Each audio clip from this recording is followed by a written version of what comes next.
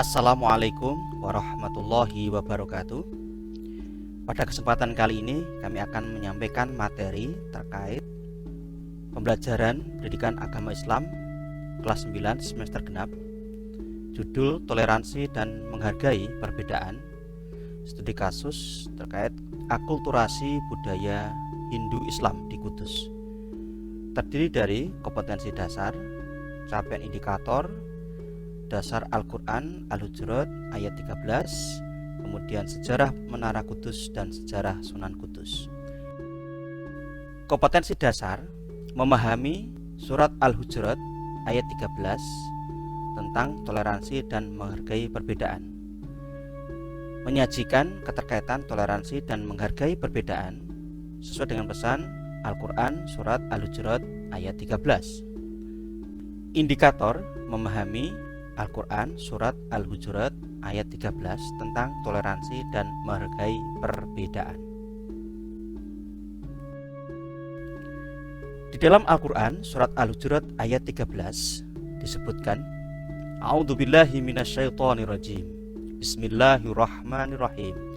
Ya ayyuhan nasu inna khalaqnakum min dzakari wa untha wa ja'alnakum syu'uban wa qabaila lita'arafu.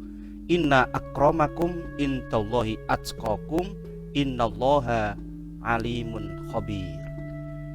Hai manusia, sesungguhnya kami menciptakan kamu dari seorang laki-laki dan seorang perempuan, dan menjadikan kamu berbangsa-bangsa dan bersuku-suku, supaya kamu saling mengenal.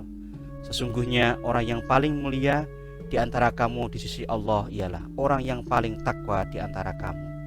Sesungguhnya Allah Maha Mengetahui lagi Maha Mengenal. Masjid Menara Kudus adalah masjid kuno yang dibangun oleh Sunan Kudus sejak tahun 1549 Masehi bertepatan 956 Hijriah. Lokasi saat ini berada di Desa Kauman, Kecamatan Kota, Kabupaten Kudus, Jawa Tengah. Ada keunikan dari masjid ini karena memiliki menara yang serupa bangunan candi serta pola arsitektur yang memadukan konsep budaya Islam dengan budaya Hindu-Buddhis, sehingga menunjukkan terjadinya proses akulturasi dalam pengislaman di Jawa. Sehari-hari peziarah berkunjung ke masjid ini untuk beribadah sekaligus ziarah ke makam Sunan Kudus yang terletak di sisi barat kompleks masjid. Berdirinya Masjid Menara Kudus tidak terlepas dari peran Sunan Kudus sebagai penggagas dan pendiri, sebagaimana Wali Songo yang lainnya. Sunan Kudus menggunakan pendekatan kultural budaya dalam berdakwah. Ia mengadaptasi dan melakukan pribumisasi ajaran Islam di tengah masyarakat yang telah memiliki budaya mapan dalam pengaruh agama Hindu dan Buddha.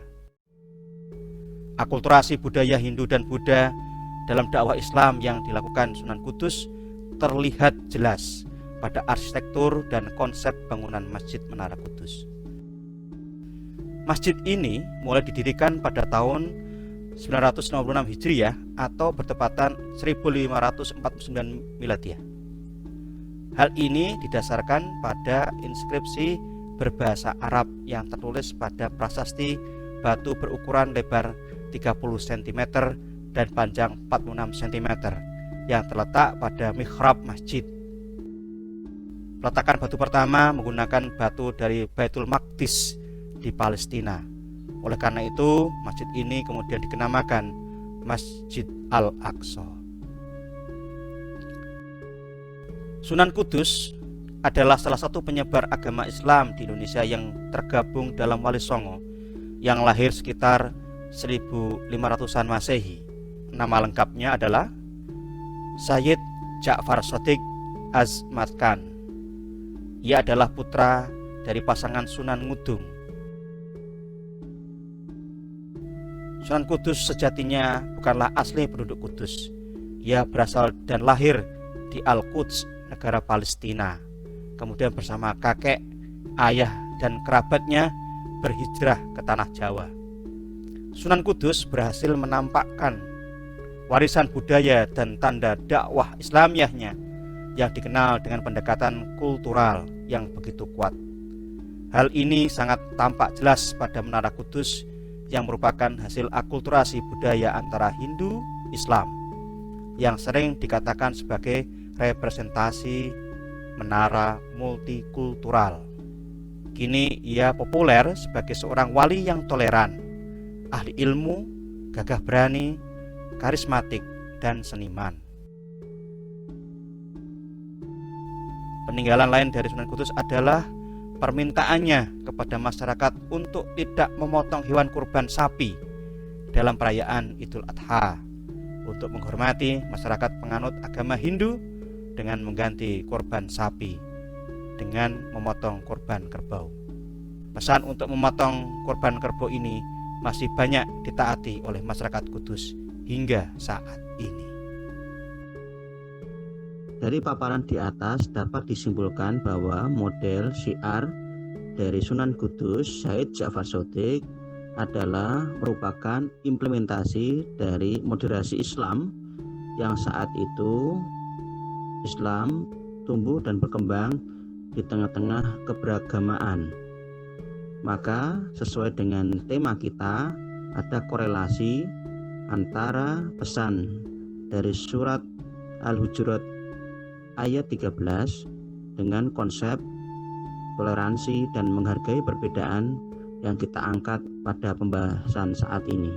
Demikian untuk dapat kita pahami sebagai pembelajaran kita sehari-hari. Demikian untuk pembelajaran yang dapat kita sajikan. Assalamualaikum warahmatullahi wabarakatuh.